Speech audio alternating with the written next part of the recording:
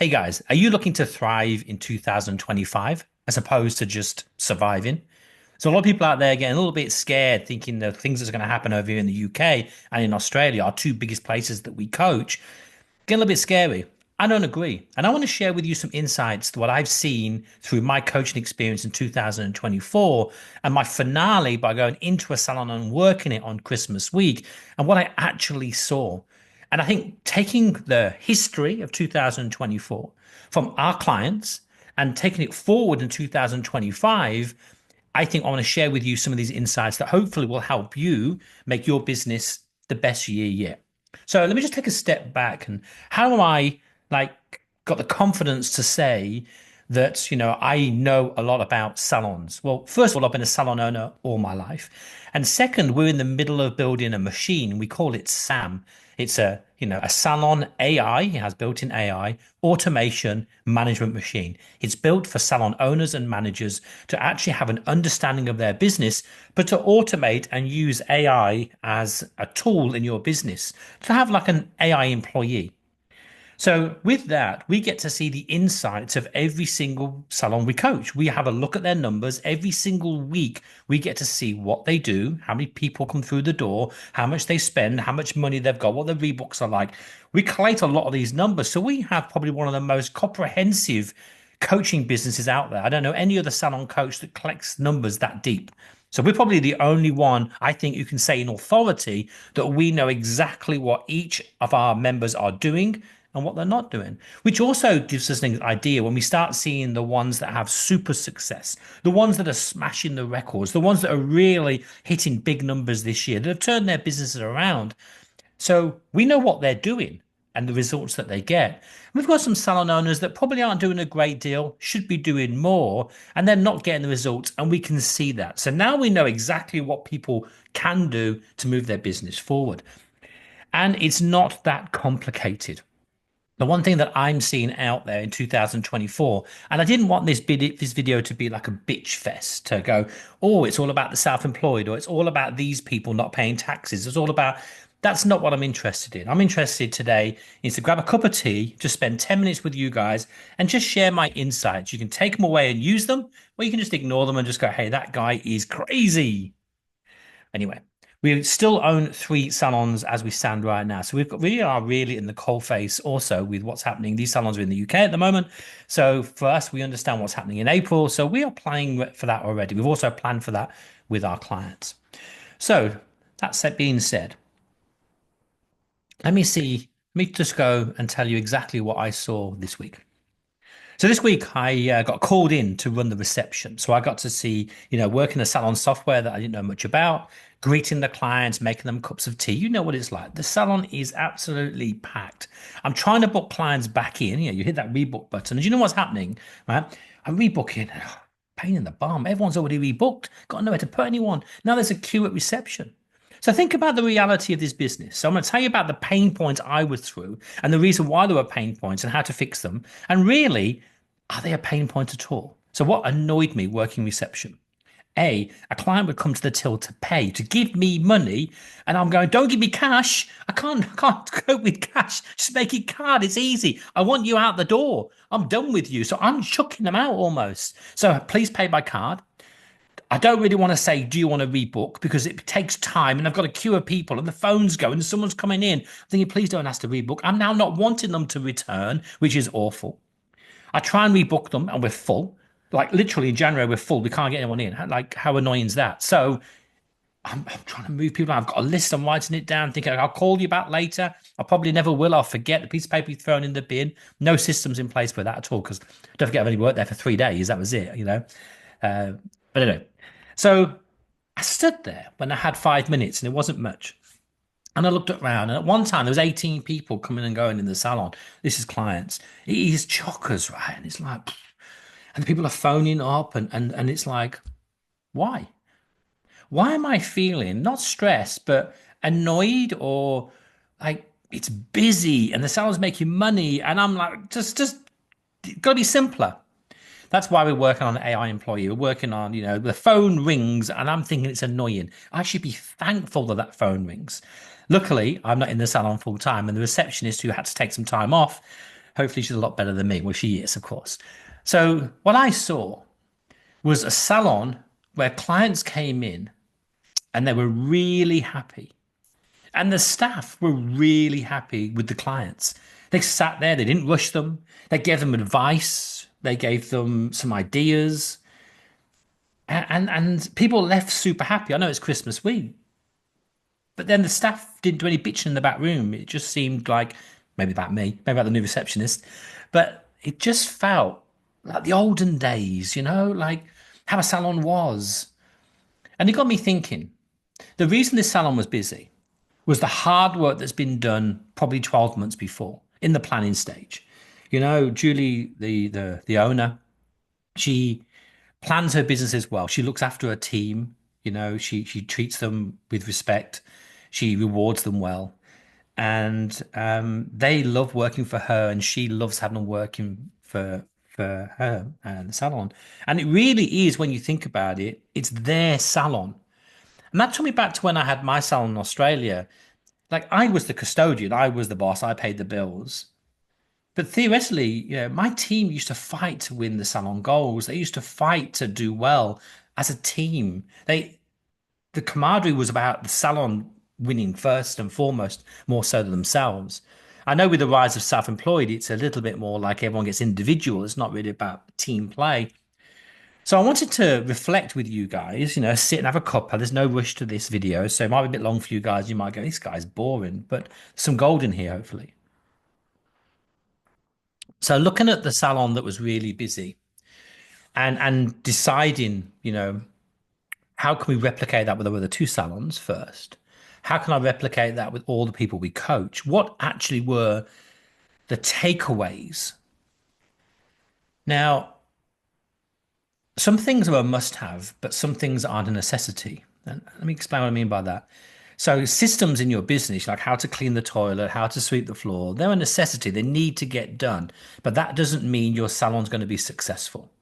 You can have all the systems you want, but the reality is a client comes in, they like you like them, and then they return. What we're seeing is an awful lot of people out there that just care about money today, money today. We forget, and I've never forgot this, but I think a lot of people have forgot it. We are in the industry of service. Like, in your computer system every day, it tells you, service every single day. People pay us for a service. We're here to serve. And I'm seeing some things are the opposite now. I'm seeing people that closed like a week ago. Like, let's just close ourselves down to the middle of January. I'm off. Bang. Hold on. You should be there. A convenience. You should work out as best you possibly can. We've gone slightly the opposite way. I remember it used to be a real privilege for us not to work Christmas Eve. Now it's like it's someone's right not to work Christmas Eve. It's like, yeah, we're going to close down from Friday last week, and we're not going to come back till mid-January. And you know what's going to happen? They're going to have no VAT money. They're going to have no money put by because we haven't earned enough. December's not like the boom month like it used to be. It's not 3 weeks of working solid. We only have 1 week now. And I think we forget that we're there to serve people. We've got to a stage where, oh, we want to charge them deposits. And if they're running late, we're going to tell them off. Like, we're here to serve people. Our job is for someone to come in, make them look and feel more beautiful than when they came through the door. And there's a money exchange for that. And hopefully they love us enough to come back. So seeing this in this salon at the coalface really brought it home to me when I see some salons out there that are just making it hard to do business with. And what I mean by that is if you're good, you're a salon owner and you're listening to this, and you're good, all you need to do is get somebody else that's as good as you. And that means not skill on how to cut hair or do nails or do facials. It means who has the same attitude of life, who's nice, just like you, who likes looking after clients and clients like coming to you. That's all we've got to do. So you've got to train them. So you've got to put a bit of effort into this. You've got to, you're a salon owner. Your job, the custodian, the leader, is to build that team of people that clients love and want to come back to. And I'm seeing that not happening in a lot of salons right now. I'm seeing people that feel like they're a bit up above that, really, above training, above building a team. And, let's take the shortcuts. Let me tell you the shortcuts. I want someone to come and work for me with a full clientele. Like, if any of you guys have been salon owners long enough, you know what I mean, where that will take you. That person will leave you and take your clients with them as well. That's what happens. But people aren't prepared to put the effort in. People aren't prepared to work every day. People are booking time in their appointment books for stupid things like money in the till and looking after clients should be your number one priority in 2025. So seeing it at the coalface, seeing a salon that busy and looking to see why it was that busy, it was simple, really simple. Clients came in happy. The staff member was happy with them. They spent about an hour together, left hugging each other because they were so happy, paid, and wanted to come back. Like, think about that. That's the success of any salon. I know you might be thinking, Richard, but mine's like that. Your finances will tell you if your salon's like that. If you're making lots of money this December, your salon is probably like that. If you don't lose staff and your staff are earning at least three times what you pay them, your salon is probably like that. If you can take Christmas off knowing full well there's money in the bank to pay your team's wages when they go back in January, your salon is probably like that. And the big difference of this is really simple. You got to ask yourself, like, what is it that I'm doing wrong? This January, we always do it in January with our clients, successful or not so successful, that's their call. We sit down together and we do planning for the year. We sit there and we plan out last year and then we hold a big team meeting. So let me tell you what's happening this year. So we're starting in four sections. Section number one is we go in and dive into all their numbers because we have that capability. And we pull out everything you can imagine out of their business, every single thing they need to know, and stick it on one big questionnaire. And then we'll benchmark it with our other clients so they can see, like, if they're high or they're low, etc. And then we reflect. We ask them some really important questions so they can ask themselves honestly, like, this is what happened. Why? Once we take that, we move on to the next one and we ask them, like, what did you do in 2024? What are you planning on doing in 2025? And these are actionable steps like, are you posting on social media? How many times did you post on social media? How many times you put before and afters out? Do you do this? Do you do that? Some questions that they're going to answer yes or no and be honest with themselves. They'll sit there, hopefully, over the New Year period or the start of January and answer all these questions. And they can see it's all going to come to light exactly what they did or what they didn't do. Because 2004 happened because of what they did or didn't do. And then we're going to do a big SWOT analysis on their business. Like, what is it they are missing out on? What are they strong? And let's put some actionable steps in for 2025, things that have to happen for your success. And then when we finish with that one on module four, it's all going to come together and it's going to go, let's plan out each individual staff member's targets to guarantee that year's growth. And we're going to break that down in a weekly for them so they know exactly what needs to be done every week, every month, every quarter till next year. And then we're going to give them one piece of paper to take to their team and hold the big team meeting. By the way, if you don't do a big team meeting, listen on. The big team meeting, it's where you sit down with your team. You do a full day, you can do a half day, or you can do 2 hours, but it has to cover sharing your numbers with the team. This is how we did in 2024. This is what I think happened. What do you think happened? And ask your team. And then say, well, we've planned on doing this year. So let's use some round numbers. Let's say you shared with the team, hey, last year we did 240,000 with the team. Not quite enough. I feel like we want to do more. I'm thinking we can definitely do more. Hey, Johnny, you've just started with us. So I think you could do an extra 50. You can easily do 1,000 a week more. Yeah, of course I can. Awesome. Hey, Deb, you're really full, but I think we can get maybe just a 5% increase to cover inflation. Not too much. Two more clients. Yeah, I can do that. So you go through this individual with all your team members, and now you've got them fired up. And you're going to share with them maybe what their reward's going to be. Is it going to be a big salon reward? Are you going to fly them around the world? Are you going to take them to Ibiza? Are you going to take them locally, take them out for dinner? What is he going to do to get some rewards maybe on each milestone throughout the year or on one big one? Or are you going to say, hey, if we hit target, we're going to give you all £1,000 bonus next year? I don't know what you're going to do, but the thought of that is, you know, exciting, isn't it? And then you've got 52 weeks of the year to check in with them, your normal team meetings, something to talk about, something to guide you, something that everyone's on the same page.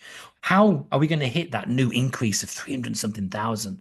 Like, what do we have to do? Well, now you're holding you accountable, you're holding them accountable. And if you keep your end of the bargain, they'll keep their end of the bargain. And it's not that difficult. So for you guys, by the way, we're intaking in January. We're going to hopefully get as many people on board as we possibly can because myself, we are going for hopefully 100% massive success with our clients this year. We have the tools to do that. We're implementing AI to keep the wage bill low. So we hopefully get an AI receptionist. We're going to get some work in the background with an AI admin. We're going to make our clients hopefully lives a little bit easier with, AI is there for that reason. It's just trying to figure out how we put it into salons, and we're on top of that right now. I think we're the number one AI and automation salon coaches in the industry right now. I don't know anyone else that's going down that avenue, but we are ahead of the game. We're working on this now for the last 6 months. We have a lot of businesses that are running through there. And we want you to come and join us. So if you've liked sharing a cup of tea or a cup of coffee with me and we've had a nice chat together and you think, I really want to have a good 2025, you're going to have to invest. We don't work for free. We're a business just like you expect your clients to come and pay for you. And yeah, I think, we always aim to give you 10 times what you give me. So whatever I charge you, I'm hoping to make you 10 times more than that. And we do that on a regular basis. But maybe you need a bit more clarity. Maybe you need to be part of a community that's not negative. There's a lot of negativity out here in 2025. We're really positive. We think it's going to be great. I see so much room for growth in the salon, which is fantastic. The two big things that we really struggle with is we're too busy and our wage bills are too high. And I truly believe that we have with AI, we get the chance to get that wage bill down and to free that salon owner up with some of the mundane jobs they do. So that's my little just chat. I want to wish you all an absolute Merry Christmas. By the way, if you've seen this on YouTube and it's 6 months in the year, it might be a bit weird seeing Christmas decks behind me and me saying Merry Christmas, but this was done day before Christmas Eve 2024. And it'd be nice to do this next year and have a little chat.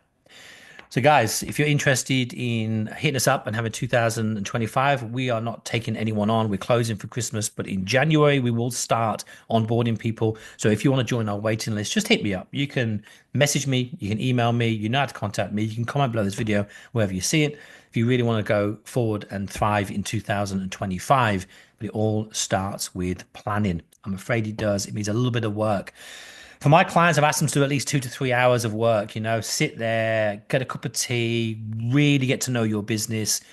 And then you can do the hard work now to enjoy the reaps later on. That's the plan. Guys, I wish you all a Merry Christmas and a Happy New Year. From Lifestyle Salon Coach, Richard McCabe, I'm out of here.